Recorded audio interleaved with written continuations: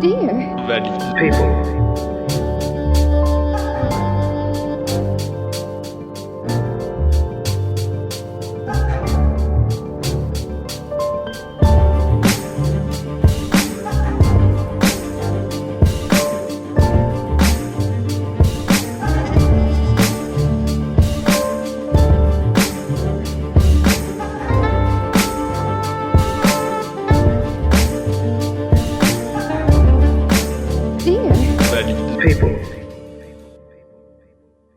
Bonsoir mesdames et messieurs, tous et toutes. Bienvenue. Bienvenue à la Gazette Café et bienvenue à cette conférence de Dear Valid People. Alors pour celles qui ne me connaissent pas, je suis Camille. Je suis animatrice de cette conférence ce soir. Et je fais partie de l'association Dear Valid People que nous avons créée avec Damien ici présent, qui reste du coup dans le commun des mortels, hein, comme vous l'avez pu l'entendre en bas. Dear Valid People, donc pour celles qui le connaissent pas, c'est donc une association toute fraîchement créée de la rentrée 2023. Dont le but c'est de donner la parole aux personnes en situation de handicap. Donc, l'idée c'est vraiment de pouvoir parler handicap de manière assez large par des personnes concernées directement. Alors il y a un rôle d'échange, de rassemblement, de podcast, d'enregistrement, de conférences. Tout ça c'était déjà le cas les années auparavant quand le podcast a été créé, donc du même nom. Et maintenant donc on devient une association car nous avons pour objectif de nous internationaliser. C'est raté, j'ai même pas réussi à le dire. Non, sans blague. On pense qu'il y a un vrai besoin et un vrai intérêt de parler de ce sujet qui est beaucoup plus global que celui du handicap en tant que tel et ce qu'on entend derrière. On met plein d'autres choses derrière, mais c'est ce qu'on va voir ce soir. Avant de laisser la parole à mes invités, juste un petit point technique. Donc Dear Valid People, on est présent sur tous les réseaux sociaux, sur bientôt les plateformes d'écoute, mais en attendant sur YouTube et sur le site de Radio FM+, qui nous accompagne sur la technique. Et donc cette conférence est enregistrée, c'est pour ça que nous avons des micros, pour que le son passe bien. Et vous aurez un micro également qui sera passé là dans le public pour poser des questions. Encore une fois, pour que le son passe bien et que ça soit bien enregistré. Voilà les petits points techniques. Alors, aujourd'hui, je sors mes notes, car moi je suis une professionnelle. Genre, je sais pas ce qu'il faut. N'importe quoi. C'est un autre horaire, une autre date, là je sais plus ce que je fais. Aujourd'hui, on va parler de rapport au corps. C'est un sujet qui est assez revenu au sein de Dear Valid People, mais à travers différentes conférences. Et c'était intéressant pour nous d'avoir aussi des témoignages assez divers et en même temps d'avoir un point de ralliement aussi dans les causes, dans les sujets traités, quoi. Bref, il y a un rapport de l'Ipsos, sans transition aucune. J'ai lu un rapport de l'Ipsos Bion 3 en 2010, donc je vous l'accorde, c'est un peu lointain, mais bon, quand même. Les Français et Françaises entretiennent un rapport à leur corps qui a évolué, et il ne s'agit plus seulement de plaire aux autres, mais de se sentir en accord et en symbiose avec soi-même. Je trouvais ça intéressant quand on prend conscience que se sentir en symbiose avec soi-même, c'est aussi se sentir en symbiose du coup avec un environnement, et des fois un environnement qui n'est pas forcément toujours adapté, accessible à nos besoins. Et donc notamment quand tout ce qui est droit de manière générale, droit à la dignité, droit au travail, droit au logement est bafoué. Comment on entretient cette relation-là avec ce corps. Et c'est un petit peu ce dont il va être question aujourd'hui avec vous. Je vais commencer par vous donner la parole. Donc Alistair déjà, bonsoir. Bonsoir. Et Mula Kozé, bonsoir. Bonsoir. Est-ce que, alors merci beaucoup déjà d'être venu. Vous êtes venu de loin, mais vous allez nous le dire. Est-ce que déjà vous pouvez vous présenter de manière un peu globale ce soir? Donc, Alistair, si tu veux bien. Je veux bien. Bonjour à tous et à toutes. Je m'appelle Alistair Oudeye. Je suis auteur et youtubeur. Et entre autres choses, mais c'est ce qui va nous intéresser le plus aujourd'hui, je fais des vidéos qui parlent de handicap. Je suis aussi un homme trans, donc j'ai fait pas mal de vidéos qui parlent de transidentité et plus généralement d'enjeux LGBT et queer. Et une question qui m'intéresse beaucoup récemment et sur laquelle je travaille de plus en plus, c'est aussi le croisement de ces deux thématiques-là. À la fois ce que ça veut dire d'être au croisement de ces oppressions et de ces identités, mais aussi beaucoup travailler sur le fait qu'il y a énormément de points communs dans les vécus et que du coup pour moi plus le temps passe, plus c'est difficile de parler de l'un sans parler de l'autre. Je pense que ça se verra dans la conférence. Voilà. Et je viens de Lyon aujourd'hui. Et du coup je dois partir tôt ce soir, donc il faut qu'on soit efficace. Waouh, la pression. Droit au but. Alors bonjour, moi, je m'appelle Moula Kozé. Je suis artiste, peintre, styliste, couturière, écrivaine, blogueuse, créatrice de contenu, youtubeuse, blablabla. Il se trouve que j'ai été invitée par Damien et Camille parce que je blablate beaucoup sur des questions autour du handicap, de l'adoption internationale, de l'afroféminisme, de l'écoféminisme aussi. En fait, en gros, je suis une personne qui a des idées et qui aime bien les matérialiser, soit en solo ou soit avec d'autres personnes et apprendre aussi. Et le blog est né il y a 7 ans. Et l'idée, en fait, c'était parce que j'étais à un moment de ma vie où c'était vraiment très compliqué. J'ai dû clôturer ma marque de vêtements de prêt-à-porter à cause de recherche de traitement, de errance médicale, etc. Et donc j'étais vraiment au fond du trou. Et donc je me suis dit fais quelque chose, sinon ça va mal finir. Et donc je me suis dit pourquoi pas écrire sur justement ces impensés de notre société, parce que j'en avais marre de faire la route, de arrondir les angles, de faire en sorte que ça passe pour les autres. Et donc je me suis dit que ce serait bien de créer un endroit où il y aurait les ressources en matière de justement tout ce que j'ai énuméré. Et voilà. Ouais, tu viens d'où? Je sais pas si tu l'as dit. Oui, je suis à l'international, je viens de Belgique. Waouh, je vous avais dit qu'on s'internationalise.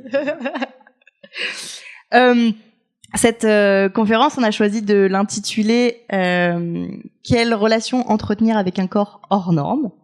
Ça a été un choix un peu provoque aussi. Comment est-ce que vous vous situez dans ce titre, dans cet intitulé? Mais la causer si tu veux, comme ça on change le... Comment je me situe par rapport au fait que je sois considérée hors norme?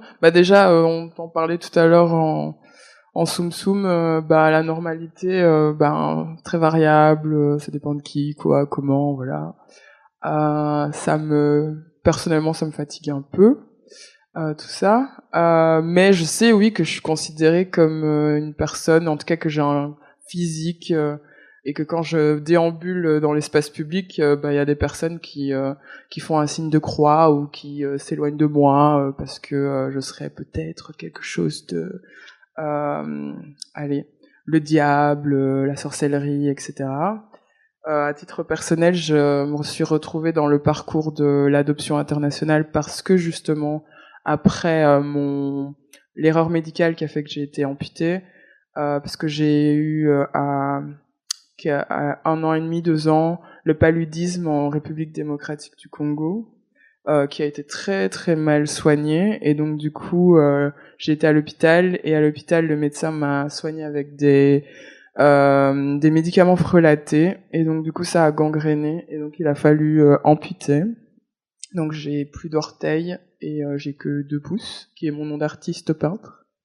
Et donc le fait que je me sois retrouvée dans le circuit, si on veut, j'appelle ça le circuit parce que c'est une industrie, hein, mais de l'adoption internationale, c'est parce que justement, en fait, le fait d'avoir été amputée a été perçu par ma mère de naissance comme le mauvais œil sur la famille, et donc du coup, il fallait laisser cet enfant parce que sinon, ça allait amener le malheur dans la famille. Et donc, si on veut, souvent je dis, c'est dans mon ADN que mon corps est perçu comme quelque chose de hors de. Et je dis souvent que j'ai le sentiment d'être comme un poisson dans un aquarium qu'on observe, qu'on détaille, qu'on scrute, etc., mais à qui on demande jamais, en fait, comment elle existe. Je réfléchissais à ma réponse pendant que tu parlais et... Mais t'écoutais en même temps. Oui, bien. Mince. Non. Raté. non, mais justement, je voulais dire que ce que tu disais était en train de nourrir ma réflexion. C'est ça que je voulais dire. Donc, oui, j'écoutais aussi. Et ouais, en fait, j'étais en train de me demander si moi, j'avais l'impression d'avoir ce rapport où j'ai été perçu et traité comme hors norme depuis toujours, entre guillemets, puisque je vais dire un mot que je déteste, mais j'ai longtemps été avec des handicaps invisibles. Et justement, j'aime pas ça parce que je trouve que c'est pas vrai du tout. Et que en fait, il y a pas... Enfin oui, j'ai su que j'étais handicapé, j'avais 20 ans, mais ça faisait 20 ans que j'étais handicapé. Et même si personne ne l'a nommé comme ça, oui, il y a un regard de la société qui voit bien que tu fais les choses pas correctement et qui va te le reprocher, même si on le nomme pas. Et c'est vrai que moi, quand on parle de handicap invisible, je dis souvent, mais en fait, les personnes autistes ou malades chroniques, etc., qui se sont fait harceler toute leur scolarité parce qu'elles étaient bizarres, elles ont pas vécu ça pendant 20 ans pour qu'on leur dise non, mais ça se voit pas, en fait, personne ne le remarque. Si, tout le monde le remarque, sinon ça ne se passerait pas comme ça. Et du coup, c'est vrai que on en parlait aussi tout à l'heure à table, la question de pouvoir le nommer et de pouvoir l'identifier est important, c'est-à-dire que le fait qu'il y a une différence, c'est quelque chose qui est remarqué et qui est pointé très vite, mais pas forcément de manière suffisamment explicite pour que nous, on puisse le comprendre et se le réapproprier et l'expliquer et du coup pouvoir en faire quelque chose. Et du coup, ça répond pas tellement à ta question par ailleurs, mais mais c'est une thématique qui, en tout cas, moi, m'a beaucoup traversé. Justement, sur la pièce que j'ai écrite il y a quelques années, ça parle notamment de ça, de ce vécu de être pointé comme différent et à quel moment tu te rends compte que c'est ça qui est en train de se passer et c'est potentiellement pas du tout au même moment. Est-ce que on peut parler de la représentation du corps handicapé dans la société? Ouh là là, je vois Bella Causé qui fait des gros yeux. Genre, oh purée. Elle lance le chapitre. On en a parlé déjà dans plusieurs conférences, notamment sur la conférence avec Béatrice Pradillon et Pauline Bouzereau-Chevalier sur le féminisme et les handicaps. Super épisode de podcast que je vous conseille d'aller voir sur YouTube et les plateformes d'écoute. Ah oui, c'est vrai, dis donc. C'était donc juste en gros pour faire très très général, on confrontait la représentation des corps handicapés, notamment des femmes, un peu posées un peu dans leur extrême, quoi. Où il y a une extrême fragilité, une extrême vulnérabilité. On voit toujours la femme comme voilà une petite créature un peu fragile, vulnérable, etc.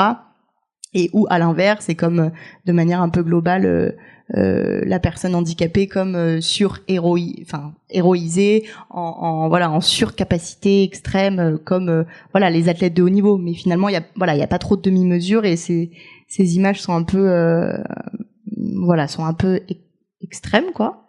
Comment est-ce que vous vous situez dans ce rapport de représentation du corps handicapé et vous en l'occurrence avec votre propre vécu et votre propre perception de ça? C'est une question, je sais pas comment vous allez y répondre, mais ouais, je la pose. C'est pénible parce que c'est moi l'invité. Est-ce que déjà peut-être Alistair, en tant que homme trans en situation de handicap, déjà voilà, comment tu te situes là-dessus? Est-ce que si je suis un peu provoque, tu ne cumules pas un peu les handicaps? Un peu. J'aime bien. Ce qui est vrai, c'est que je suis en train d'essayer de réfléchir de tête comme ça. si j'ai des idées de représentation d'hommes trans handicapés dans les médias ou l'art, bon, j'en ai pas là comme ça de tête. Et pourtant, moi, à titre individuel, dans la vie quotidienne, j'en connais énormément. Donc c'est même pas une question de représentativité de la communauté. Après, il y a aussi un biais de sélection dans les gens que je connais, que je fréquente, mais voilà, on n'est pas du tout sur un cas rarissime. Enfin, même moi, dans mon diagnostic spécifique, on a un groupe de genre mecs trans avec ce diagnostic-là et on est genre déjà 80 dedans, tu vois. Alors que, enfin bon, voilà. Donc, ouais, il y a clairement un déséquilibre dans les représentations. Et j'ai un très bon exemple de ça, je viens de réaliser. Il y a quelques années, j'ai fait une interview pour un documentaire de Arte qui parlait de transidentité. Et j'ai beaucoup parlé de handicap dans mes interviews parce que ça participait à mon vécu. Et notamment, je parlais de mon rapport à la transition médicale que j'avais pas encore fait à l'époque. Et où je disais que forcément, par exemple, pour moi, le fait de me faire opérer du torse faisant que je pouvais pas utiliser mes bras pendant plusieurs semaines, ça amenait des questions différentes d'une personne qui aurait pas été en fauteuil roulant et que donc ça participait à ma réflexion, etc. Donc d'une part, ils ont coupé absolument toutes les parties d'interview où je mentionnais que j'étais handicapé. Et d'autre part, ils ont coupé toutes les images de moi où j'étais avec des aides à la mobilité. J'étais pas encore en fauteuil à l'époque, mais il y avait plein d'images où j'étais en déambulateur ou avec une canne, qu'ils ont prises, qu'ils ont choisi de prendre. Et à la fin, ils ont dit non, on coupe tout. Et en fait, dans le documentaire, il y avait absolument pas une image ou un mot de moi qui laissait ne serait-ce que savoir que j'étais handicapé, en fait. Et bon, il y avait plein d'autres trucs pourris, mais on va se concentrer là-dessus parce que c'est ce qui nous intéresse. Et j'en ai pas reparlé avec eux, mais la manière dont je l'identifie notamment, c'est qu'il y a un côté où ça va déconcentrer les gens. On leur parle déjà d'un truc qu'ils connaissent pas forcément, qu'ils comprennent pas forcément. Si en plus la personne à côté elle est handicapée, ils vont se dire est-ce que ça a un rapport, est-ce que c'est parce que l'un a causé l'autre, est-ce que il faut pas qu'on leur introduise trop de trucs d'un coup, sinon ils vont paniquer, ils vont être confus, ça va pas aller. Et je pense que ce qu'il y a, c'est que c'est pas faux. Je pense qu'effectivement, il y a des gens qui vont avoir du mal à se concentrer sur plusieurs choses nouvelles en même temps et à concevoir que quand on leur parle d'un sujet, on va forcément leur présenter des êtres humains qui ont d'autres vécus autour, qui informent le sujet spécifique dont on parle et on peut pas se concentrer sur ce truc-là unique. Mais en même temps, c'est justement parce qu'on fait des représentations qui sont très ségrégées d'une certaine manière. On dit voilà, là on va parler de handicap, on va parler de féminisme, on va parler de racisme, et du coup on se permet pas de prendre en compte que toutes ces choses-là elles se construisent ensemble. Et du coup en termes de représentation, forcément effectivement c'est compliqué. Et c'est vrai que du coup ça c'était dans ma perspective de personne qui est sujet d'une représentation. Et en tant qu'auteur, je me pose aussi des fois les questions de qu'est-ce que j'ai envie de représenter? Est-ce que moi-même, à des moments, je me sens en me disant, ça fait un peu beaucoup là, ils sont quand même tous handicapés. En même temps, je sais pas, réalistiquement, moi, autour de moi, la majorité des gens sont handicapés, en fait. Donc, est-ce que, c'est toujours à essayer de naviguer ce truc de qu'est-ce que je représente, à quel endroit c'est trop, c'est confusant, et qu'est-ce que j'ai envie d'introduire en faisant de la pédagogie aussi de mes personnages, ils sont handicapés. Est-ce que je le nomme? Est-ce que je l'explique? Ou est-ce que juste, j'ai un personnage qui est sourd et pour l'instant jamais personne n'a dit qu'il était sourd. Juste à un moment il y avait des gens qui signaient dans une salle, donc tu comprends que ils sont sourds ou signants. Et du coup c'est des questions aussi intéressantes je trouve à se poser en tant qu'artiste qui produit de la représentation. Qu'est-ce que nous on a envie de montrer, à quel point on a envie de faire des concessions, d'être gentil avec le public pour l'amener à rentrer avec nous et d'y aller doucement, ou au contraire d'être radical parce qu'on n'a pas envie de faire ces concessions là. Il n'y a pas de bonne réponse, je pense, parce que la question de la représentation, elle se situe toujours à un endroit de diversité aussi. Il faut qu'il y ait plusieurs choses différentes pour créer de la représentation. Et une seule image n'est pas une bonne ou une mauvaise représentation en soi, c'est quand on a tout le temps la même que la représentation mauvaise. En termes de représentation, déjà je suis en Belgique, donc du coup, non mais c'est vrai. Ça joue aussi au niveau des représentations. Je trouve que on prend, en tout cas, je trouve que en termes d'organisation collective, la Belgique a tendance à beaucoup prendre exemple sur la France, quoi. C'est pas toujours cool, mais pas forcément la meilleure idée. non, c'est un peu le grand frère qu'on copie ou la grande sœur qu'on copie, quoi.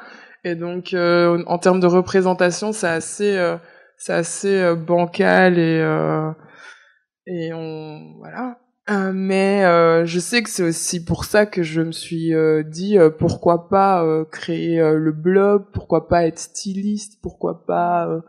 En fait, je me suis souvent dit que j'en avais rien à caler, que c'était comme ça. Je savais... En fait, on va repartir à la base. À 5 ans, vers 5-6 ans, je suis rentrée parce qu'il y avait un énième harcèlement, un grosse insulte à l'école, etc.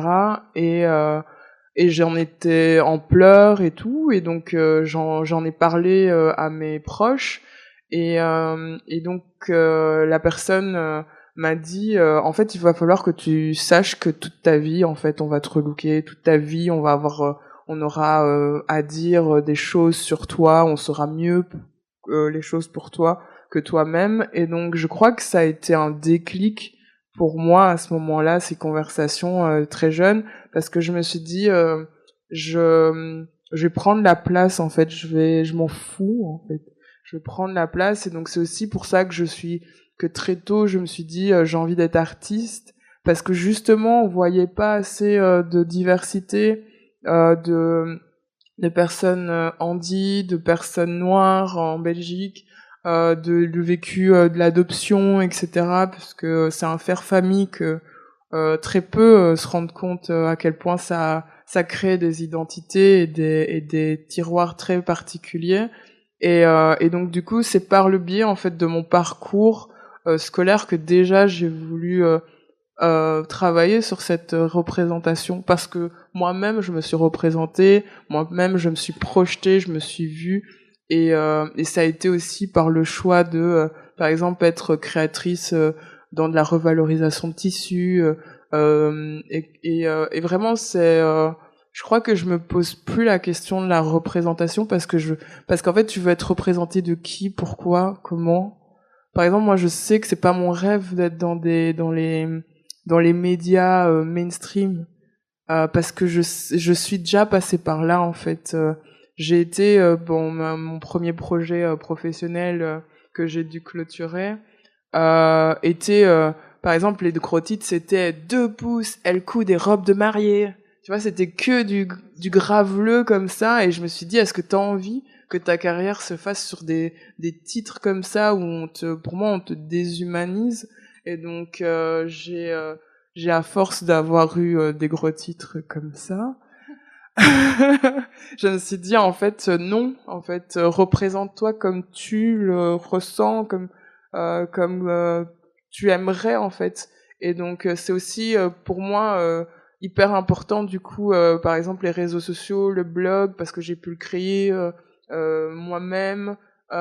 Et pour beaucoup l'engagement ou le militantisme sur le digital, c'est pas du vrai, mais personnellement je trouve que ça m'a donné une force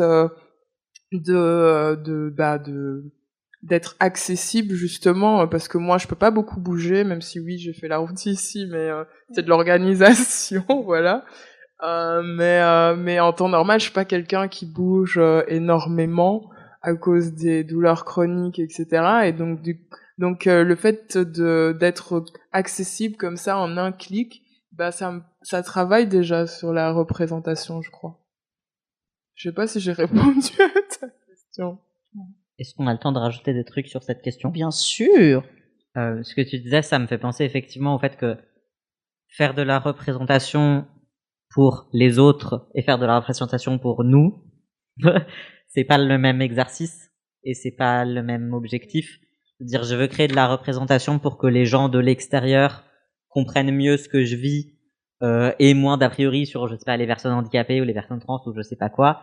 C'est pas la même chose que je veux créer des représentations qui parlent aux personnes concernées.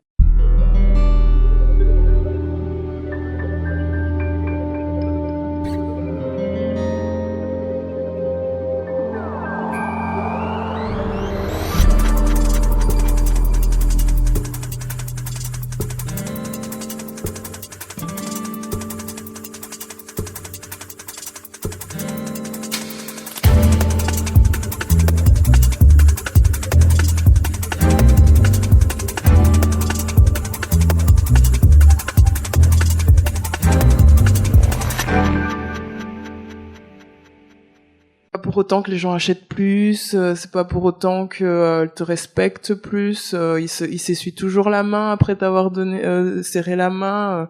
Ils sont toujours déshumanisants. Donc franchement, je pense qu'il faut aussi créer de nouveaux rêves, de nouvelles. Pour moi, je trouve que la représentation, ça passe aussi par créer de nouvelles routes en fait, de nouvelles possibilités de s'organiser, de s'épanouir, de créer des ambitions, parce que tout le monde n'a pas les mêmes rêves et c'est important de créer de nouveaux rêves. Bonsoir, vous pouvez partir maintenant, merci. C'est grave, trop beau. Quand vous parliez de rassemblement, l'idée de rassembler, faire famille, etc., tant par votre contenu que votre engagement, etc., on s'était dit il y a quelque temps, j'ai noté, faire communauté. Je trouve ça, voilà, très, très pertinent, donc je le partage. S'il y a des questions, n'hésitez pas, hein, il y a une question, une intervention. Parle beaucoup de représentation depuis le début, mais vous parlez beaucoup finalement de vous, du contenu que vous créez justement pour nourrir cette représentation.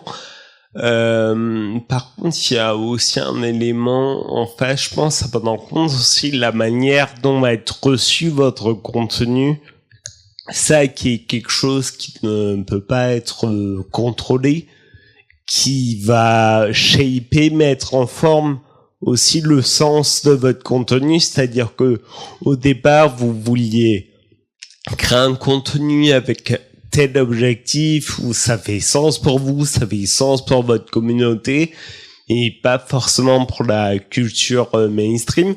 Je me demandais comment vous le gériez, est-ce que vous y pensez, quelle est votre philosophie par rapport à ça?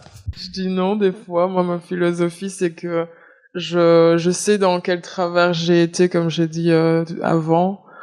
J'ai beaucoup, et je travaille encore sur mon validisme intériorisé et ma blanchité honoraire en tant que personne adoptée. La blanchité honoraire, c'est le fait d'avoir été élevée comme une personne blanche parce que mon père est blanc, et donc j'ai très très souvent été mon père adoptif est blanc, et donc j'ai très souvent été la seule personne noire à l'école, dans le village, etc. Donc tu te construis en pensant que tu es blanche, mais tu n'es pas blanche.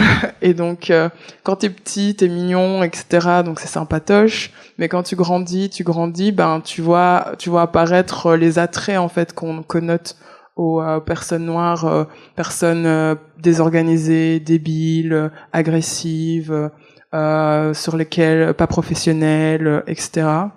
C'est intrinsèquement lié à tout le racisme systémique dans les sociétés occidentales qui est là. Et donc c'est là aussi que t'apprends que tu vas pas être l'exception, tu vas pas aussi rentrer dans ce truc d'être la bonne noire, quoi. Et donc moi j'ai appris à dire non. C'est vraiment ma stratégie. Je ne vais pas, par exemple, moi mon but n'est pas d'être, j'en parlais tout à l'heure à Alistair, mon but c'est pas être par exemple au JT, quoi, ouvertement, parce que je sais bien que les gens que ça va rameuter, c'est pas les personnes avec qui je suis la plus à l'aise, et donc du coup je préfère pas être au JT.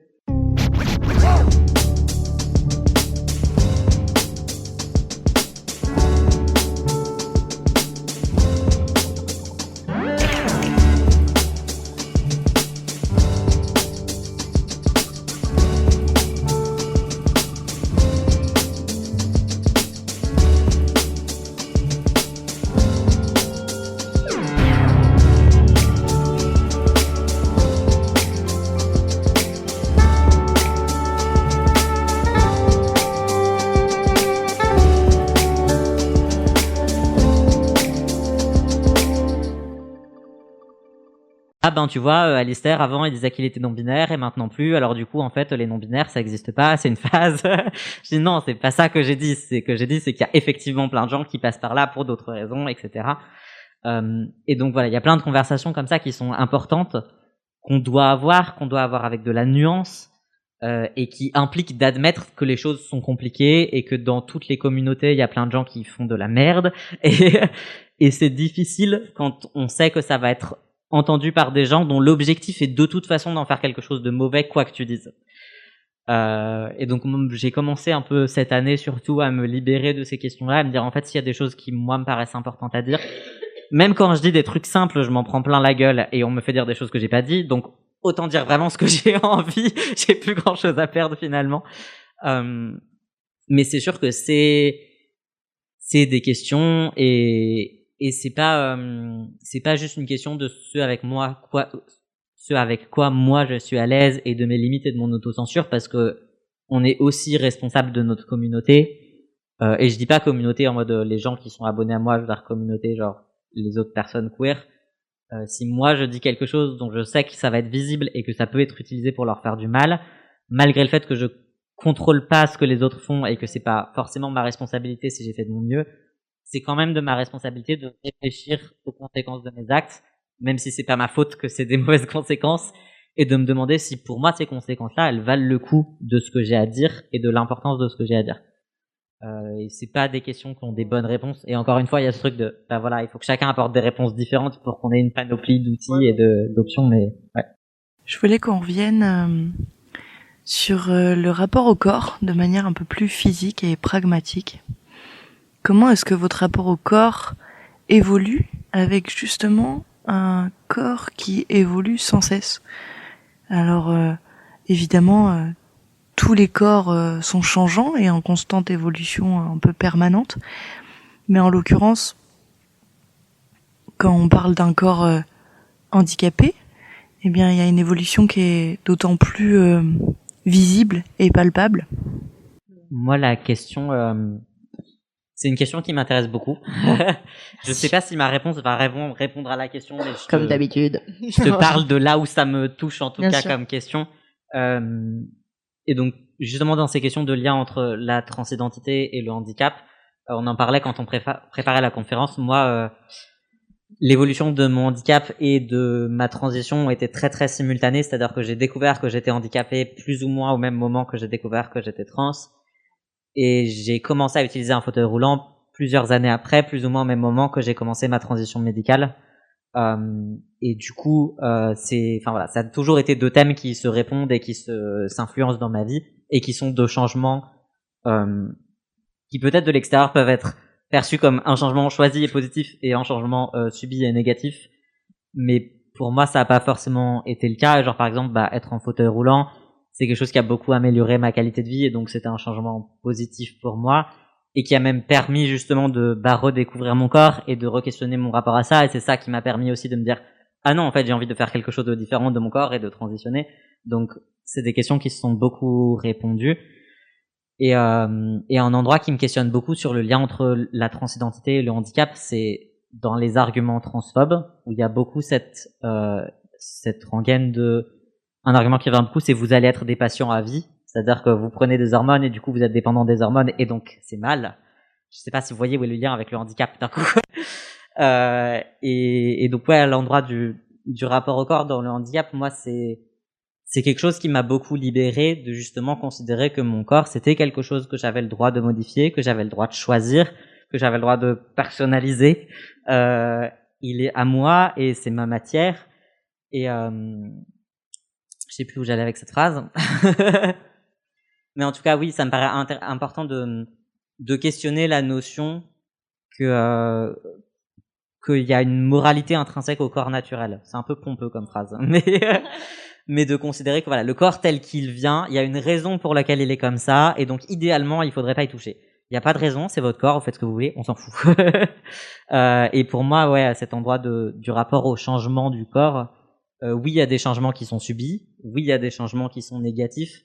Mais à minima, je pense que c'est très important pour tout le monde de travailler sur le fait que le changement, il est inévitable et que c'est pas une mauvaise chose en soi.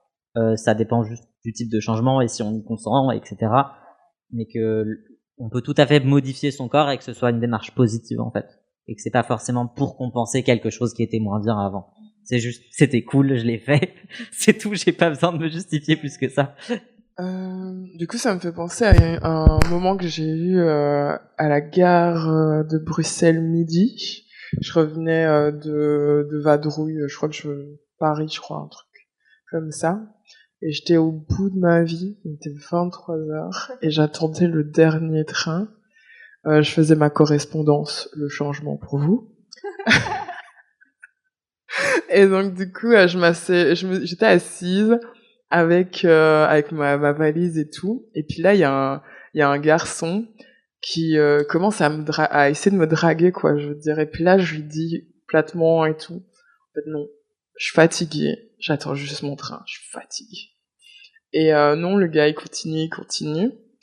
Et là, j'en avais marre, et donc du coup, je me suis levée pour changer de place. Et en fait, quand il a vu mes mains, là, on est passé de je drague à j'ai pitié.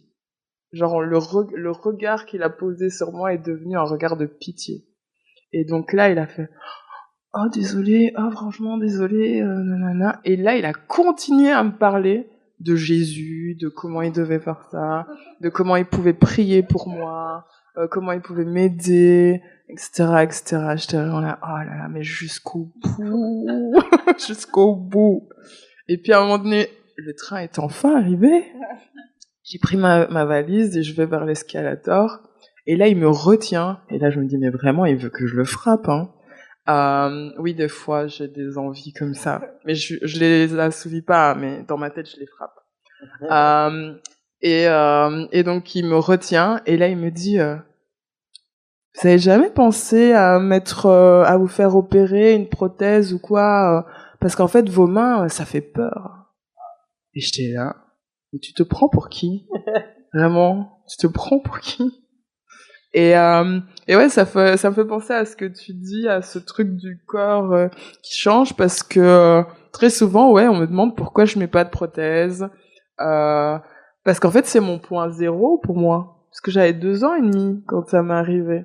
Et donc, pourquoi je cacherais quelque chose qui, même si c'est pas le point zéro, hein, pour moi, on choisit ce qu'on veut faire de son corps, en fait. C'est mon corps. C'est comme tu dis, c'est moi qui dois décider, et je ne jugerai pas une personne qui prend une prothèse ou quoi, mais moi c'est mon choix de pas le faire en fait, parce que je dis souvent que mes mains c'est des cœurs, et donc fuck les rageux, et donc voilà, c'est tout. Et donc oui, c'est ce que j'ai répondu au gars. J'ai dit j'en ai rien à qu'elle, si ça te fait mal ou ça te dégoûte de me regarder, mais t'as qu'à regarder ailleurs. Mais sa dynamique m'avait vraiment choquée, de se dire juste parce qu'il a vu mes mains, je suis passée d'une potentielle partenaire à un truc dégueulasse. Donc déjà c'est assez ouf sa représentation du corps et de la diversité en fait, de comment que peut être un corps. Et à titre personnel, ouais, on revient à quand j'avais 5 ans, où je crois que je me suis dit, bah, sois toi, en fait, t'as qu'une vie, y a déjà bien assez de choses que t'as vécues et tout, et donc, sois juste toi, et c'est déjà bien, c'est déjà quelque chose. Il y a juste, personnellement, je me rends compte que quand j'ai fêté mes 30 ans, ça a été vraiment un cap assez conséquent dans ma tête, parce qu'en fait, je me suis rendu compte que j'avais jamais vu quelqu'un vieillir avec un handicap plus ou moins pareil que le mien. Et donc dans ma tête, je crois plus jeune, je m'étais jamais vue à cet âge-là. Je pensais que j'allais être morte avant en fait, parce que trop difficile. Problème encore avec, puisque moi j'ai été amputée à un moment, puis après il y a eu des opérations pour rectifier, etc. Et donc dans ma tête je me disais ah, t'auras déjà plus rien, ou un truc comme ça quoi. Et donc quand j'ai fêté mes 30 ans, j'ai été hyper émue, parce que dans ma tête, ouais, je savais pas que j'allais arriver jusqu'à cet âge-là. Et ouais, donc du coup je dirais ouais que c'est fort ce côté corps hors norme, c'est la difficulté à te dire que tu vieillis, que tu peux vieillir, que tu as la possibilité de vieillir. Et dernièrement aussi, moi c'est à 25 ans qu'on m'a diagnostiqué mon lupus. Puis après, 2 ans plus tard, il y a eu le syndrome de Paris-Runberg, qui fait que j'ai un visage asymétrique. Et donc là, c'est plus ce côté où tu dois te réorganiser. Tout ton point zéro, ben il faut que il y a un tremblement de terre, et il faut que tu recrées tes bases. Et là, à titre personnel, je crois que j'ai pris conscience que j'étais handicapée à ce moment-là, parce que pour moi, mon point zéro n'était pas, j'avais pas le sentiment d'être que le commun était compliqué, alors que maintenant avec le lupus et mon syndrome de Paris-Grunberg, comme il y a des douleurs chroniques, il y a beaucoup d'anticipation, etc. Là, j'ai vraiment le sentiment que le commun me met des bâtons dans les roues, et donc du coup, c'est compliqué. Bonjour. En fait, il y a quelque chose, Alistair, que tu as dit qui m'a marqué quand tu parles en fait que ton fauteuil a été un soulagement en fait et que ça a été une amélioration incroyable de ton quotidien. Et on a des expériences très différentes parce que moi je suis sourde et appareillée et en fait je pense qu'il y a on parlait d'évolution en fait dans le rapport au corps et effectivement il y a une grosse différence entre les handicaps qu'on a de naissance ou de tout bébé avec lequel on apprend à vivre avec dès le plus jeune âge et les choses qui arrivent au cours de la vie adulte et qu'on doit s'adapter au fur et à mesure. Et moi je suis sourde par exemple depuis que je suis toute jeune, mais je compensais suffisamment pour masquer ça et plus aussi derrière du déni parce qu'on aime bien le déni quand on est handicapé. Voilà. Et en fait pour moi l'acceptation des aides techniques en fait a été très long et très difficile et il m'a fallu justement découvrir en fait les mouvements, les luttes anti-validistes pour finalement comprendre que c'était une aide et que c'était pas une stigmatisation, quelque chose qui allait que tout le monde allait voir derrière mes oreilles. Et pourtant, ça paraît ridicule parce qu'un appareil auditif vis-à-vis d'un fauteuil, voilà. Mais on passe par ce même parcours dans sa tête. Et moi, ce que je trouve absolument incroyable, c'est que souvent les personnes valides, si on leur demande quel est pour eux le pire cauchemar, quoi, c'est entre guillemets de finir cloué dans un fauteuil. Alors qu'en fait, pour les personnes qui sont dans une période de leur vie où elles vont peut-être avoir un fauteuil et elles sont entre deux, en fait, le passage au fauteuil, souvent c'est une libération et c'est un moment incroyable. C'est mon Dieu, je peux de nouveau me déplacer sans douleur, sans fatigue, sans penser à, etc. Et ça, c'est quelque chose que les personnes valides en fait ont du mal peut-être à percevoir. Et voilà. Et ça, je pense que c'est dans le rapport au corps, ça m'a beaucoup intéressé, le rapport aux aides techniques qui sont une prolongation de notre corps à une certaine manière et qui en fait font que on se sent mieux avec notre handicap parce que ça nous aide vraiment dans notre vie quotidienne. Voilà. Non, en matière d'aide technique, faut aussi savoir si tu en avoir connaissance, quoi. Je veux dire, à titre perso, moi c'est que à la vingtaine que j'ai découvert que je pouvais avoir des chaussures orthopédiques, quoi. Je veux dire, et ce qui est assez difficile, c'est que maintenant, comme je les ai pas portées très jeune, pourtant j'ai été amputée très jeune, maintenant elles me font trop mal, donc j'arrive pas à m'y faire en fait. Et donc je suis quand même avec des chaussures classiques, quoi. Je veux dire, donc c'est tout ce qui est technique, et c'est ça aussi qui est compliqué, c'est que c'est comment aussi les professionnels de la santé te suivent et t'orientent, quoi. Je veux dire, parce que je sais que très longtemps, moi, la manière d'être prise en charge, c'était fort fais comme on te demande, on te dit, sois pas insolente, parce que il semblerait que comme j'étais une petite fille noire, je devais être agressive par essence, et donc du coup, et que je ne comprenais rien.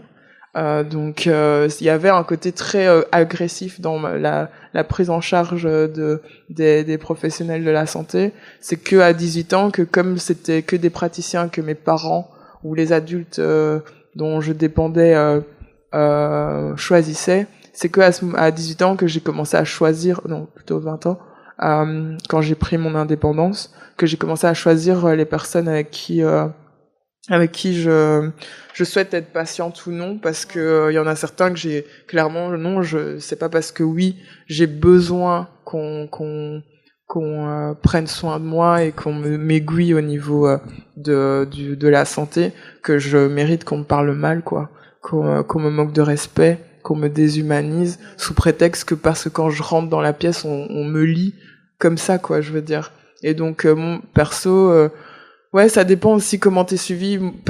Franchement, je trouve que en tant que personne racisé, je trouve que déjà dans la manière dont les professionnels de la santé sont avec toi, tu sens déjà que t'es pas et on va te dire c'est de la victimisation, mais sincèrement il y a des fois où juste le ton est très différent. Et moi, le nombre de fois où on m'a prescrit des choses et qu'on m'a dit « Et tu me comprends ? Vous avez compris ? » Bah oui, ça va, je parle français, donc oui, je te comprends. Et donc c'est que quand tu poses les questions, que tu deviens encore une fois une emmerdeuse, que là oui, tu as réellement ce qu'il te faut en fait. Mais sinon, tu le saurais même pas. Tu le saurais même pas. Et donc les aides, ouais, je promeus à fond les ballons, les aides et qu'on s'autorise à les prendre. Il y a pas se sentir à pas culpabiliser, à pas se dire qu'on est des profiteurs, profiteuses, etc. Parce que ça aussi, j'ai grandi dans une famille où l'alloc personne handicapée est perçue comme être profiteuse, quoi, je veux dire. Et donc du coup, pendant très longtemps, je l'ai pas dit parce que je me disais oulala, je suis une voleuse. Alors qu'en attendant, je peux absolument pas. Même si oui, je fais énormément de choses, j'ai pas un rythme qui me permet d'avoir ce que notre système sociétal, capitaliste et productif, etc. Met en place. Et donc oui, j'en ai besoin. Et oui, je complémente avec ce que je fournis comme travail et que je suis quand je suis opérationnelle. Mais c'est ça aussi, je trouve, tout ce qui est aide et possibilité, c'est quel regard on a aussi dessus et comment le narratif aussi dans lequel t'as grandi. Donc voilà. Je trouve qu'un truc qui est intéressant sur les aides aussi, je repense au gars qui t'a dit ah mais vous avez pensé aux prothèses machin. Jamais de la vie quelqu'un serait venu me voir alors que j'ai du mal à marcher pour dire ah mais vous avez pensé à avoir un fauteuil roulant. Genre les gens font pas ça. Et je trouve qu'il y a notamment une différence dans les aides et les deux sont faux. Hein. Les aides qui sont perçues comme te rendant différent et les aides qui sont perçues comme te rendant normal. Et notamment sur les prothèses, il y a plein de mythes de genre ah bah si t'es amputé genre d'une jambe, tu vas juste mettre une prothèse de jambe et c'est bon, t'es valide comme quelqu'un qui a deux jambes, alors que tout le monde peut pas mettre des prothèses, que bah ça vient avec ses limitations, que ça peut créer des douleurs, que machin. Enfin c'est pas la même chose que d'avoir deux jambes en viande, c'est pas la même chose. Et pareil avec les aides auditives, on va dire ah bah voilà les personnes sourdes juste il faut qu'elles aient des appareils auditifs ou qu'elles apprennent à lire sur les lèvres et puis allez ça c'est bon. Alors que bah non ça marche pas comme ça et oui, les aides, elles aident, mais elles rendent pas valides. Et du coup, alors que le fauteuil, en tout cas, moi, dans mon expérience, il n'y a pas du tout le mythe que quand t'as un fauteuil roulant, d'un coup, t'es réparé et tu vas fonctionner comme une personne valide. Parce que les gens savent que c'est pas vrai. Et du coup, il y a le cliché inverse que forcément, c'est un truc hyper limitant et qui va te complètement t'ostraciser et te rendre autre et que c'est le pire truc. Et ces deux choses sont pas vraies, en fait. C'est-à-dire, toutes ces aides-là, aucune te rend valide. Et toutes peuvent être utiles si elles sont adaptées et qu'elles sont choisies. Et ouais, il y a une espèce d'absence de nuance où il faut soit que ça te rend handicapé, soit ça te rend valide et c'est ni l'un ni l'autre. Ça confirme l'idée que tu es un réel handicapé ou ça invalide le fait que tu es un réel handicapé, donc tu fais partie du club des valides. Comme si ton but de vie c'était de faire partie du club des valides. Mais non, mais même si, mais ça on en revient toujours à ce truc hors norme ou pas ou normé. C'est est-ce que vraiment on est, notre société et notre manière d'être doit être binaire ou quoi et est-ce que notre but est de devenir valide ou en tout cas d'être perçu comme valide. Oui, c'est des mais tout à fait et en plus enfin vous faites la transition parfaite avec ce qu'on s'était dit aussi, je trouvais très intéressant sur la binarité de tu es capable ou tu n'es pas capable, l'idée de on définit ton handicap, on définit ta capacité à faire en fonction de ce que tu peux faire ou ne peux pas faire et c'est intéressant parce que c'est voilà il y a pas de demi-mesure quoi, il y aurait pas de nuance là-dedans. Il y aurait pas voilà il y aurait pas un flou où justement voilà enfin c'est pas ça la vie en fait, c'est pas on peut ou on peut pas quoi. Ouais, surtout enfin c'est vrai pour tout le monde mais dans le handicap spécifiquement Là, je peux, mais d'une autre manière. Je peux, mais pas longtemps. Je peux, mais après, il faut que je me repose. Je peux, mais ça fait mal. Je peux, mais il me faut de l'aide. Je peux, mais je sais pas quand. Et je peux, mais vous m'en empêchez. Ça existe aussi. Et du coup, c'est vrai que l'idée que, bah voilà, encore une fois, sur la surdité, les gens vont se dire que, bah voilà, les sourds, ils entendent pas du tout, et les entendants, ils entendent tout, alors que, bah, c'est tout un spectre. Pareil sur, bah, les personnes en fauteuil et la marche. Il y a des personnes qui peuvent pas marcher du tout, il y en a qui peuvent marcher très bien, il y en a qui peuvent marcher des fois, il y en a qui peuvent marcher avec d'autres aides. Et du coup, c'est vrai que cette définition de soit tu peux le faire exactement comme un valide et donc tu as besoin de rien, soit tu peux pas le faire du tout, en fait correspond à très très peu de personnes handicapées qui généralement sont dans cet entre-deux-là, quoi. C'est beaucoup de pression. Ouais, que c'est beaucoup de pression. Je trouve qu'il y a un côté très comme un poulain, ouais, on va mettre on va mettre du fric sur toi, tu peux y arriver, et comme si notre valeur venait que du fait qu'on a coché la case et on a fait le passing, et donc voilà, ouais, c'est un peu dommage. Ouais, tu parlais à Amelia Causé quand on avait fait la préparation de la conférence de tests pratico-pratiques. Vraiment de purement ouais, est-ce que tu peux l'éternel et tu sais là c'était chaussé et tu sais utiliser les couverts, ça c'est tout le temps tout le temps. Non, il y a un côté où ouais, on en parlait, mais en même temps en fait c'est compliqué, je trouve, parce que il y a des personnes, justement quand on a préparé la discussion, c'est que je sais qu'il y a des personnes qui en font leur contenu, qui refont le contenu de une journée dans ma peau, et elles montrent tout ce qu'elles arrivent à faire comme tout le monde ou quoi. Et moi j'ai fait le choix que ce soit un non-événement, en fait. Oui, je fais des vlogs, oui, tu me vois brosser mes dents, tu me vois manger, préparer à manger, etc.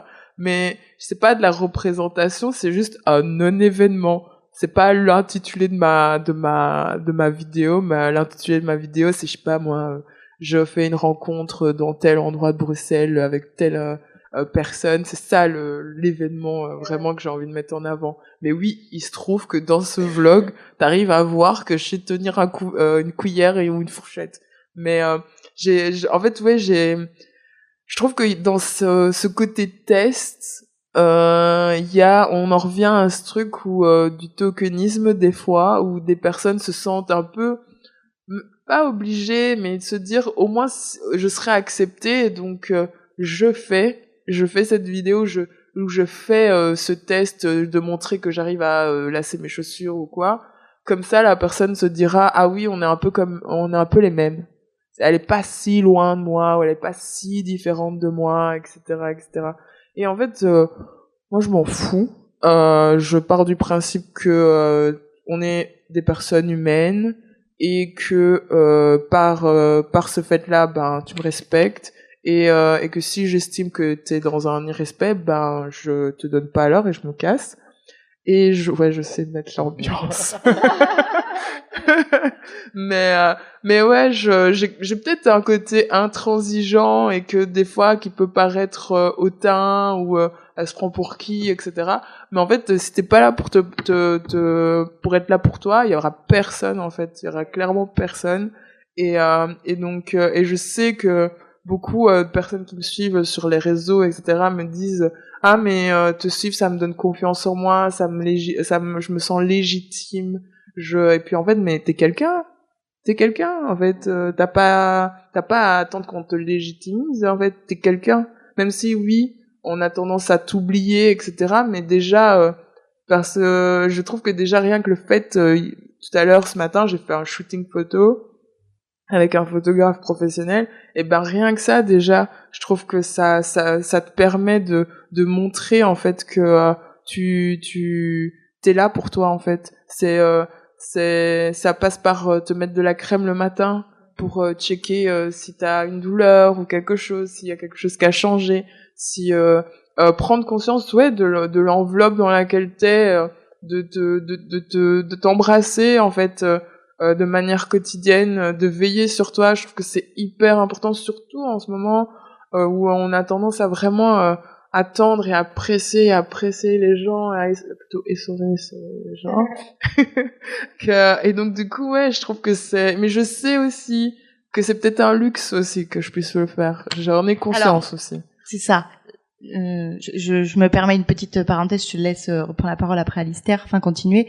C'est ça, c'est ce que je voulais dire. Je vais peut-être me faire l'avocate du diable, mais tu vois, en échangeant avec pas mal d'amis tétraplégiques ou tétraplégiques incomplets qui sont en fauteuil, marchent ou marchent pas, mais où surtout ont des galères à, pour le coup, tenir leur fourchette pour manger, couper leur steak. Tu vas me dire, ils ont qu'à pas manger de viande, au moins ça sera plus simple. Mais bon, ça c'est un autre sujet. Boum. Voilà, des trucs très concrets.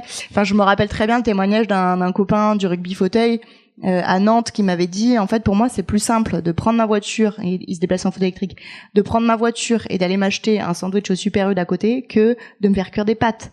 Parce que concrètement, bah voilà, te servir de l'eau, machin, porter le truc et tout. Et souvent, enfin, le retour qui me font, c'est, en fait, si je pouvais au moins récupérer quelque chose, enfin, franchement, je m'en fous des jambes, quoi. Je voudrais récupérer mes mains, enfin, juste être, c'est même plus une question de dextérité, c'est juste pouvoir subvenir à mes besoins primaires, quoi. Donc voilà. Donc, et en même temps, enfin, voilà, il y a pas de réponse exacte, hein, mais c'est vrai que du coup, quand t'as ce témoignage-là en face, oui, tu peux pas dire.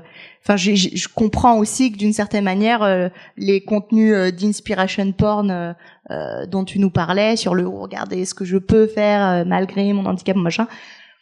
D'une certaine manière, j'entends aussi que ça peut leur permettre d'accepter ou d'accueillir ou de vivre le truc autrement, quoi. Bah ouais, c'est pour ça que quand on a préparé, je disais, je suis personne pour juger en fait, parce que on n'a pas les mêmes besoins, les mêmes manières de faire, et on en revient à ce que j'ai dit, avoir une pluralité des représentations, des buts de vie, des objectifs, etc. Et en fait aussi de la communauté handi, parce qu'on n'est pas toutes et tous au même endroit, et on n'a pas aussi les mêmes autonomies, etc. À titre perso, je suis dans une collective qui s'appelle Frida, c'est une collective francophone belge qui est féministe, radicalement inclusive et définitivement anti-validiste. Et donc et je sais que par exemple ça arrive quand on dit aux personnes quand on est invité, etc., de avoir des interprètes en langue des signes francophones belges, avoir une accessibilité pour au niveau technique et social, mais certaines personnes vont se dire ah oui, mais on va peut-être inviter celles qui demandent le moins d'aménagement, quoi, dans le groupe, quoi. Et je sais que c'est parce qu'ils vont se dire ouais, mais l'interprète ça coûte 500 €, quoi. Donc ouais, on n'a pas 500 €, donc on va prendre celle qui demande moins. Donc c'est aussi une réalité. Il y a aussi une diversité dans la communauté handi, et certains justement nous mettent en concurrence d'une certaine manière. Mais je comprends tout à fait ce que tu veux dire, que oui, pour certaines personnes, juste déjà pouvoir utiliser les couverts, ça c'est signe déjà d'une certaine autonomie. Mais c'est pas pour autant que je vais faire le spectacle pour des personnes. Je pense aussi que il y a une différence entre montrer comment on peut faire les choses d'une manière qui est du coup humanisante, parce qu'il s'agit de montrer des corps, puisque c'est le sujet, qui existent et qui font des choses et qu'on peut juste regarder pour aussi, ça va peut-être sonner violent comme formulation, mais juste s'habituer à regarder des personnes handicapées. Et la représentation, c'est aussi ça l'enjeu, c'est qu'en fait, quand quelque chose, tu le vois jamais, forcément, ça t'attrape et ça te questionne et ça te met à un endroit où c'est pas aussi facile d'être naturel. Je pense pas que ça justifie de faire tout et n'importe quoi, parce qu'à un moment, on peut aussi se contrôler et se comporter comme des adultes. Mais, quand même, pour dire que ça aide pas que les personnes handicapées soient cachées et peu visibles, et que du coup, ce soit un événement pour ces personnes-là de rencontrer des personnes handicapées en soi. Et du coup, c'est vrai que d'avoir ces représentations, notamment sur YouTube, de vlogueurs. Je sais pas, j'ai oublié son nom. Il y a une meuf aveugle anglaise qui fait souvent des vidéos genre comment est-ce qu'une fille aveugle fait son maquillage, comment est-ce qu'une fille aveugle se sert du thé, comment et donc elle fait plein de shorts comme ça et elle a l'air par ailleurs très contente de faire ça. Je veux dire tant mieux pour elle, voilà. Et voilà, et comment je prends le bus et en fait, comme tu dis, il y a un côté un peu animal de foire, on se met en spectacle et on fait d'un événement quelque chose de quotidien. Et je pense que c'est primordial de forcer personne à se mettre en scène comme ça. Mais aussi, je vois à quel endroit ces représentations-là peuvent permettre de justement, on a répondu à la question, maintenant vous savez, c'est pas la peine de paniquer la prochaine fois que vous voyez une personne aveugle. D'habituer au fait que ces corps-là, ils vont exister dans l'espace autour de nous, qu'on va les voir et qu'ils vont fonctionner et que c'est comme ça. Mais la limite entre je fais un spectacle pour que vous de l'extérieur vous pouviez me regarder et dire oh là là c'était super intéressant, j'ai appris de ce truc complètement étranger que je ne verrai jamais, ou bah je me présente en tant qu'humain et je vous montre comment c'est mon quotidien et du coup ça nous met à un endroit de quotidien ensemble. Cette limite-là, en fait, elle est très fragile et elle est d'autant plus fragilisée par les réseaux sociaux où, de toute façon, t'es obligé de spectaculariser un minimum. Si tu veux vendre tes vidéos et que les gens les regardent, il faut que ce soit un peu fun, il faut que ce soit catchy, il faut que le titre, on se dise, oh là là, qu'est-ce qu'elle va me raconter? Je vais cliquer dessus. Et donc, c'est vrai que, enfin voilà, c'est beaucoup de paramètres à naviguer quand on veut parler de ces sujets-là. Donc c'est vrai que bah comme tu dis, moi je juge pas ou je blâme pas les gens qui font ce genre de contenu parce que je pense que ça peut être utile à certains endroits et que je comprends aussi pourquoi c'est sous ces formats-là, parce je suis pas convaincu que ces personnes-là le feraient exactement de cette manière s'il y avait pas toutes les pressions marketing et financières de faire du contenu qui marche. Et donc bah voilà, moi je vais pas critiquer les gens pour genre essayer d'avoir un métier quoi. Donc mais je pense effectivement que c'est important qu'il y ait pas que ça. Et que les gens qui fassent ça le fassent volontairement et qu'on fasse attention à ce que ça se transforme pas en attendre des personnes handicapées qu'elles performent ce truc de expliquer comment elles fonctionnent à toutes les personnes qu'elles rencontrent n'importe quand, qu'on vit déjà beaucoup et qui du coup est un peu nourri par ce contenu-là qui peut donner l'impression que c'est quelque chose de normal. Et je pense que ça questionne aussi la manière dont on consomme des médias, où on va considérer que s'il y a des personnes qui font des vidéos sur un sujet pour genre parler de telle partie de leur vie ou montrer telle partie de leur quotidien, ça veut dire que ça devient ok de poser des questions comme ça aux gens qu'on connaît pas. Et en fait non, enfin il y a un problème de consentement à un endroit. C'est-à-dire que si moi je choisis de montrer telle partie de mon intimité, de ma vie, de mon quotidien, de choses qui peuvent être faciles ou difficiles ou joyeuses ou tristes pour moi, c'est moi qui décide d'offrir cette partie de moi à un regard extérieur. Et ça veut pas dire qu'en retour c'est acceptable de me demander et évidemment d'exiger de moi que je fasse la même chose ou d'exiger de quelqu'un d'autre qui fasse la même chose que moi. Et du coup, je trouve qu'il y a un peu ce côté où les gens qui acceptent de montrer quelque chose que les autres ont envie de voir, ça leur légitime dans le fait qu'ils ont le droit de vouloir voir cette chose et de demander à en vouloir plus, et ça devient un peu problématique. Mais c'est pas forcément, c'est la question que tu posais tout à l'heure, à quel endroit c'est la responsabilité de la personne qui crée du contenu ou la responsabilité du public qui en fait quelque chose d'autre qui n'est pas ce que le contenu est, et en même temps c'est inévitable, donc est-ce qu'on est quand même responsable de ce truc-là? Ah ouais, mais je trouve qu'il y a aussi un truc intrinsèquement lié au niveau de nous en tant que collectif, où dès que tu es hors norme, tu es dépossédé déjà.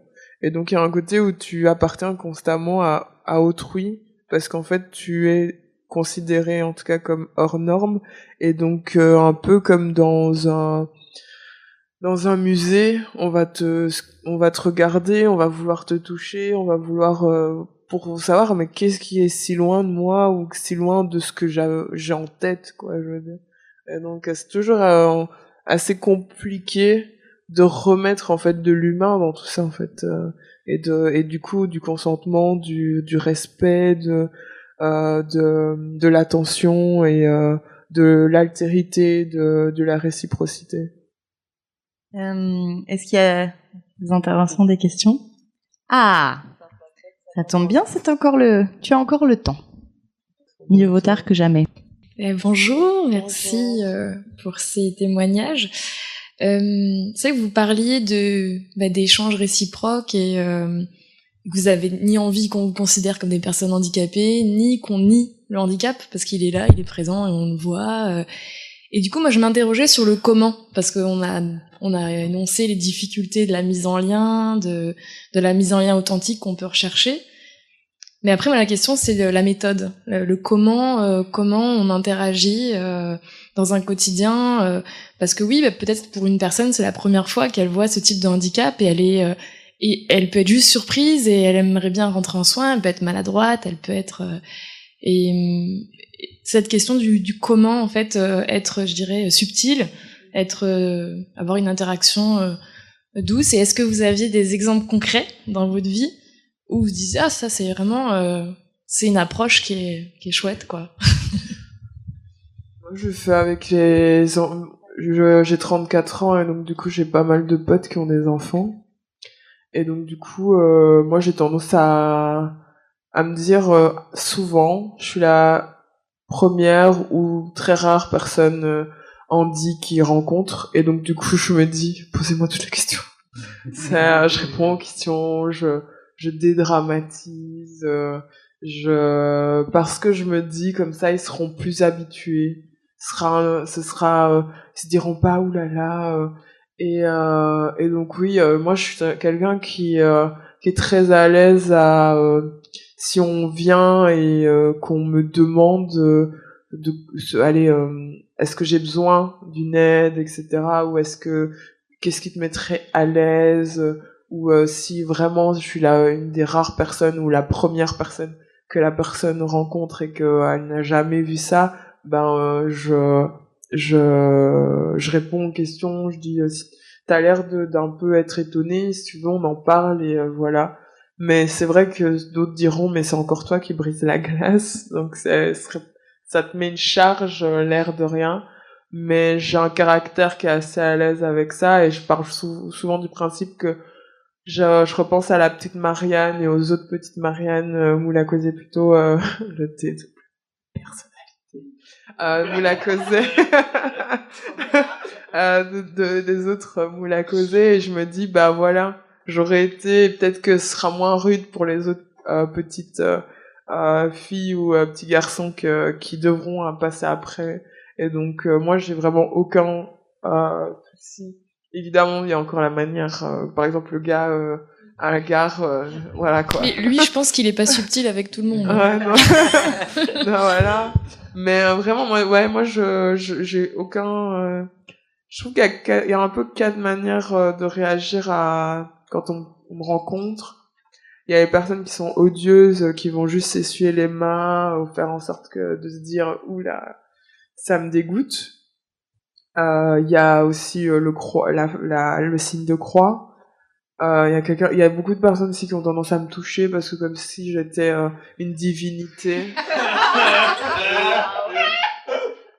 Genre je vais porter chance. Donc voilà. Ça c'est un peu un type. Il y a des personnes qui directement posent la question parce qu'ils se disent je l'ai vu donc pourquoi je ferais semblant, etc. Et comme ça on passe à autre chose. Il y a d'autres personnes qui sont en stress et qui savent pas comment le faire pour en parler, mais tu vois bien qu'il y a un truc. Et donc souvent là je dis écoute, si tu veux on en parle, il y a aucun problème. Et il y en a d'autres carrément qui ne voient rien. J'ai l'amie une amie d'enfance, sa mère, on s'est vu genre 5-6 fois, elle a rien vu. Et elle arrêtait pas de dire mais tu m'as dit que ta pote elle avait 2 doigts, mais j'ai rien vu.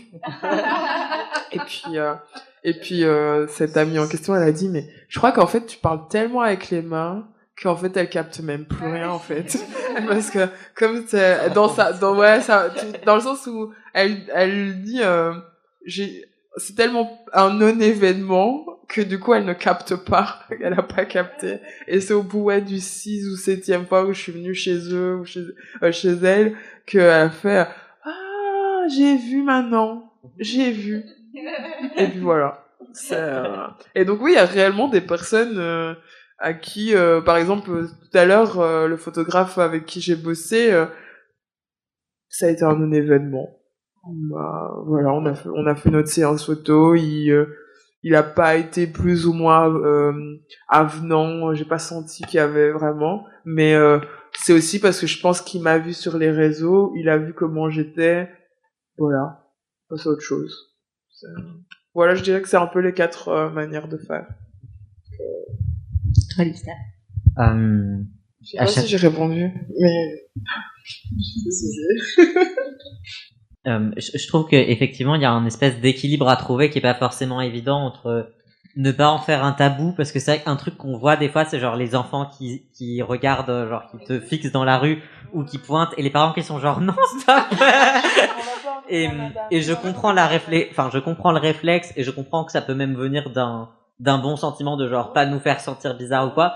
Mais le gamin, tu lui apprends que genre les handicapés, tu vois, il faut pas les regarder, il faut pas en parler, il faut pas. Donc pour moi, c'est pas une bonne réaction du tout. Et en même temps, bah voilà, comme tu disais, le gars enfin il y a des extrêmes quoi. Si tu vas aller voir n'importe qui dans la rue et dire alors il vous est arrivé quoi, et genre je sais pas, je fais mes courses, laissez-moi tranquille. Et donc enfin, je trouve que c'est une question de trouver les bons moments pour poser des questions. C'est important de parler aux gens.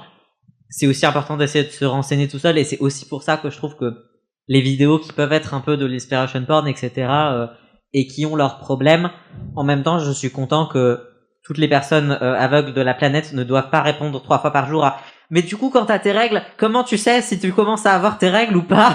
Genre, tu peux le googler sur YouTube, et puis on te répondra, et tu es pas obligé de demander ça à tous tes potes aveugles. Et donc, enfin, c'est sûr que c'est bien que ce soit possible d'obtenir des réponses sans avoir à imposer aux gens de parler de ce sujet s'ils ont envie, en fait. Mais pour moi, enfin voilà, il y a un équilibre à trouver entre ne pas en faire un tabou et ne pas dire que poser des questions ou vouloir comprendre ou être curieux ou être même confus éventuellement, c'est mal. Mais en même temps, il y a un moment pour ça, en fait. On peut pas arrêter les gens dans la rue pour leur poser des questions sur leur handicap. Et voilà, moi, si c'est des proches qui sont en fait, je me demandais tel truc, est-ce que tu peux le faire, comment tu fais, etc. Ça me choque pas. Éventuellement demander avant. Ah, je me posais des questions sur ton fauteuil ou je sais pas quoi, est-ce que c'est ok qu'on en parle? Enfin, de la même manière qu'on aborderait n'importe quel sujet où on est curieux de quelque chose chez quelqu'un et où on a conscience que le sujet est pas forcément positif. Je pense que c'est important à prendre en compte quand même, parce que genre moi je vis très bien le fait d'être handicapé et j'ai pas de problème à ce qu'on pose des questions sur mon diagnostic ou mon fauteuil, etc. Mais bah il y a plein de gens qui sont handicapés pour des raisons très traumatisantes. Il y a plein de gens qui sont qui ont un rapport traumatique au handicap et au fait d'être handicapé aussi. Donc ça peut être un sujet très léger, ça peut être un sujet très quotidien, ça peut être un sujet très difficile. Donc pour moi, c'est important d'approcher la question juste avec du tact et du respect pour le consentement des gens, quoi. Oui, c'est ça. Je te rejoins à 100%. Ce que j'allais dire, en fait, juste ramener un minimum de bon sens, de légèreté et d'humanité. En fait, dans n'importe quel type de rencontre, tu vas pas aller vers quelqu'un en disant « Bonjour, je peux toucher tes cheveux. Bonjour, pourquoi t'es si gros? Bonjour, pourquoi t'es handicapé ?» Tu vois, en fait, juste ramenons de la légèreté dans tout ça et ayons des rapports cordiaux, simples et voilà, de bon sens, quoi. Et oui, c'est ok. Enfin, moi je trouve c'est ok de demander à quelqu'un que tu perçois qui a l'air, en tout cas qui a l'air de ton point de vue de galérer, de lui demander s'il veut de l'aide, et en fait juste d'être dans un rapport de consentement. La personne dit oui, ok, comment puis-je t'aider? Non, ok, au revoir, bonne journée, tu vois. Enfin, c'est bête, mais des fois c'est ça aussi dont il est question. Nous, on est toujours face à un truc où y a pas trop de consentement. Enfin, en tout cas, le consentement n'est pas respecté, quoi. Et juste être ok avec. Enfin.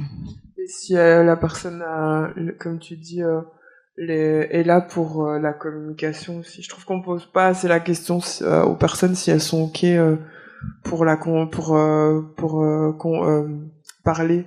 Je veux dire, des fois les personnes n'ont pas forcément l'espace pour le faire, et donc déjà ça, je pense que ça fera la différence de quand on s'adresse à quelqu'un, de voir si c'est possible à ce moment-là ou pas d'avoir cette conversation, et ouais, pas dramatiser dans le sens où on est juste une énième manière d'être humain, quoi. Je veux dire, sincèrement, c'est toujours ce que j'arrive comme conclusion, c'est un nuancier, et voilà, on est une de ces nuances, quoi, je veux dire, et même si oui, ça peut choquer, ça peut peut-être faire peur, ça peut alerter, etc.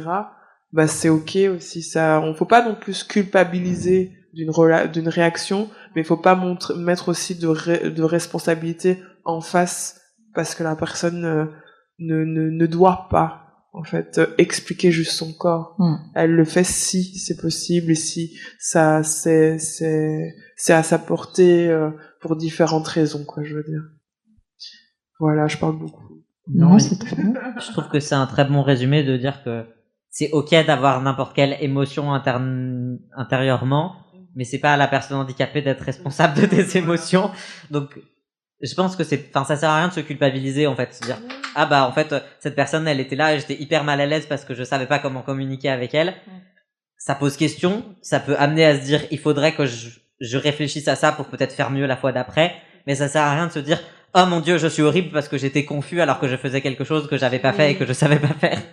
Mais c'est pas non plus à aller voir la personne dire, c'est très confusant d'être avec toi. Tu vois, il y a un endroit où c'est demi-mesure. Je pense que c'est une compétence dans la vie en général, en dehors du handicap, que d'être capable d'avoir des émotions, de penser des choses, de savoir que c'est ok de les dire, mais pas forcément tout de suite et à la personne qui est en face de toi. C'est très bien. C'est une très bonne conclusion. Alistair, où est-ce qu'on peut vous retrouver? Moi, je suis principalement sur YouTube. Si vous cherchez Alistair, y a moi et un mec qui fait de la MMA. Et il est très grand et baraqué. Donc normalement, c'est bon, vous allez me retrouver. Et toi, Villa-Causé? Je savais même pas. Moi non plus, je regarderai du coup. Alors, moi, on peut me retrouver sur www.moulacausé.com. Yeah. Voilà. Ou alors sur Instagram, parce que je suis toujours très bavarde. Voilà. Trop bien. Et voilà, ouais. C'est un peu là où, de temps en temps, je fais des vidéos sur YouTube, mais j'avoue... plus Instagram. C'est tout un truc, quoi. Merci infiniment pour ces échanges, pour votre présence, pour ce voyage jusqu'ici. De notre côté, on se retrouve à la prochaine conférence le jeudi 19 décembre. Mardi 19 décembre, merci. Mardi 19 décembre, toujours à la Gazette Café à 18h. Et là, on traitera de la communication et du handicap auditif. Je vous fais large exprès. Merci beaucoup et bonne soirée. Merci.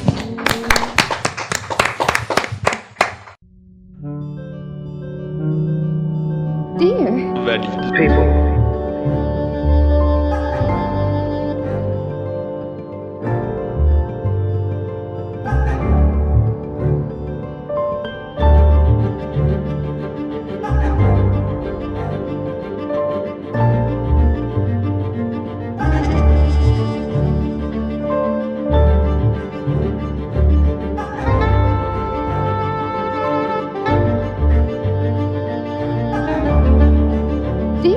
Valide. People.